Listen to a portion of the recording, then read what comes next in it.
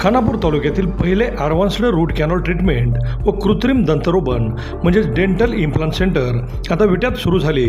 येथे advanced route canal म्हणजेच route canal treatment ही पूर्वीच्या पद्धतीने 3, 4 किंवा 5 सेटिंगमध्ये केली जात होती.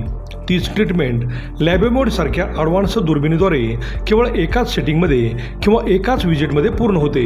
त्यामुळे कमी कालावधीत जर जास्त दातांची ट्रीटमेंट असेल तर 2 ते 3 सेटिंगमध्ये ब्रिज बसवण्यासारख्या ट्रीटमेंट देखील पूर्ण होतात.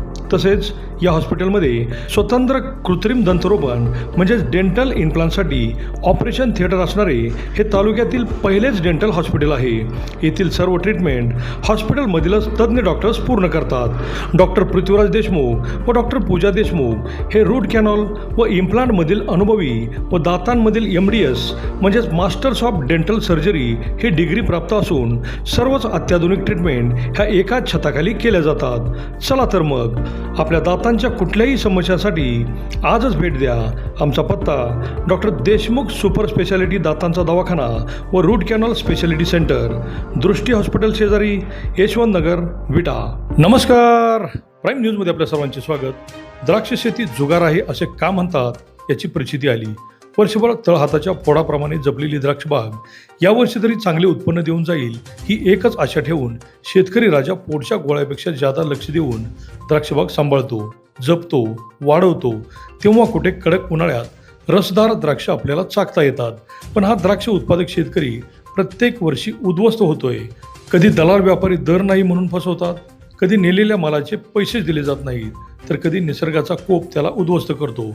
ऐनवेळी बागच येत नाही. यावर्षी मात्र नैसर्गिक आपत्तीमुळे बागाच आल्या नाहीत, पण ज्या काही बागा आल्या त्यांना दरही चांगला होता. वाटलं यावर्षी ठीक आहे, पण अचानक जिल्ह्यात वातावरण बदल झाला आणि सलग 3ऱ्या दिवशी अवकाळी पावसाच्या तडाख्याने होत्याचे नव्हते केले. खानापूर तालुक्यातील करंजे, हिवरे, पळशी, बानुरगड, ताडाचीवाडी, सुलतानगादे, उसबावडे, आटपाडी तालुक्यातील झरे, विभूतवाडी आदी गावांमधील हातातोंडाशी आलेले द्राक्ष पीक उद्ध्वस्त झाले.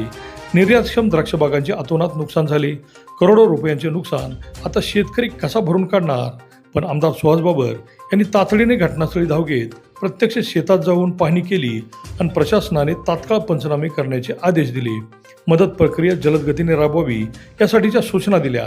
शेतकऱ्यांना विमा योजनांचा लाभ मिळावा यासाठी विशेष यंत्रणा कार्यान्वित करण्याची मागणी केली. यावेळी ज्येष्ठ नेते सदाशिव हसबे, संभाजीराव जाधव, राजाभाऊ शिंदे, पंचायत समिती उपसभापती सुहास नाना शिंदे, पंचायत समिती सदस्य पांडुरंग खोत, तालुका कृषी अधिकारी धनराज राठोड, उमेश जाधव, अधिकराव हसबे, पोपटराव माने, राजेंद्र शिंदे, काका पाटील यासह अनेक जण उपस्थित होते.